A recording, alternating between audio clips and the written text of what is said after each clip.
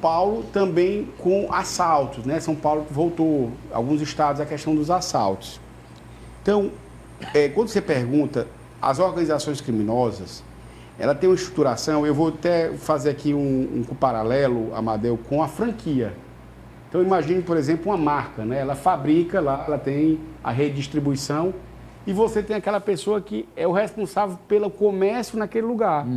Então, às vezes a marca não tem uma fábrica no Piauí, mas ele tem o representante. Então, essas organizações, elas têm uma vinculação, elas comercializam a droga dentro dessa cadeia, dentro desse tráfico, né? E aí você tem as redes de distribuição de drogas que são dominadas por uma ou outra organização. Então, a nível nacional, você tem duas maiores. Então, as organizações do Piauí, de alguma maneira, elas são franqueadas, elas são a ponta desse comércio ilegal.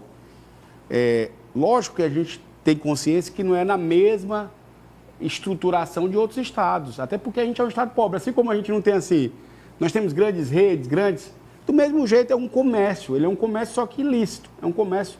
Então, do mesmo jeito que nós não temos uma quantidade de recursos para comercializar outros produtos, a droga também. Então, os nossos criminosos, eles faturam, vamos dizer assim, menos, e isso faz com que a criminalidade também tenha uma organização que seja correspondente a esse faturamento. Então, não é tão estruturado, mas ela é violenta. Não é que ela não seja estruturada, mas não quer dizer que ela não seja violenta. Por quê?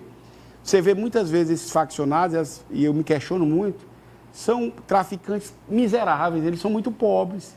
Só que eles são violentos, eles se matam, né? Eles se degladiam usando uma arma de fogo. Então, ela não é estruturada financeiramente como outros estados, então a gente não tem essa organização financeira, mas ela é violenta porque eles disputam territórios e acabam por ter uma questão cultural, eles não têm acesso a muitos serviços, então eles são violentos. E a gente está tentando combater isso, no modo geral, no Brasil. A gente faz esse combate aqui com o DRACO, aquelas ações do Charles, né, do delegado Charles, com todos os delegados. O foco até assim, é uma visão, encarcerar, sendo bem franco. E eu vou já dizer por quê. Eu sou advogado, fui presidente da OAB, mas nós vimos o seguinte, que nós temos que tirar de circulação aquele criminoso quanto mais. Então, a gente fez um levantamento no Piauí, entre entradas e saídas no sistema prisional, nós temos 12 mil pessoas. Então, vamos dizer que esses 12 mil são a população criminosa, eles que cometem os crimes.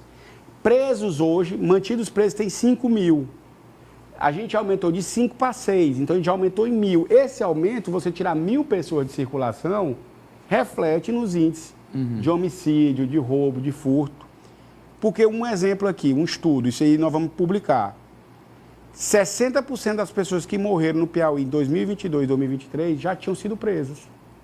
Então, o que a gente está dizendo? Olha, é ruim prender? É ruim. Encarceramento em massa não é muito bom. Mas ele solto, ele mata e morre. Então é melhor que ele fique preso, porque a gente preserva pelo menos a vida desses jovens, né? Até ele estabilizar, até porque a maioria está na faixa entre os 18 e 29 anos. Mas vai ser bem que a reincidência também é dramática, né? A reincidência é dramática, é isso que a gente está tentando trabalhar com o TJ tem sido parceiro. Mas o que acontece? O sistema penal ele trabalha a reincidência quando há condenação em trânsito em julgado. Então, às vezes as pessoas não entendem, é reincidente, mas enquanto ele não é condenado, ele não é reincidente. Ele não é considerado, né?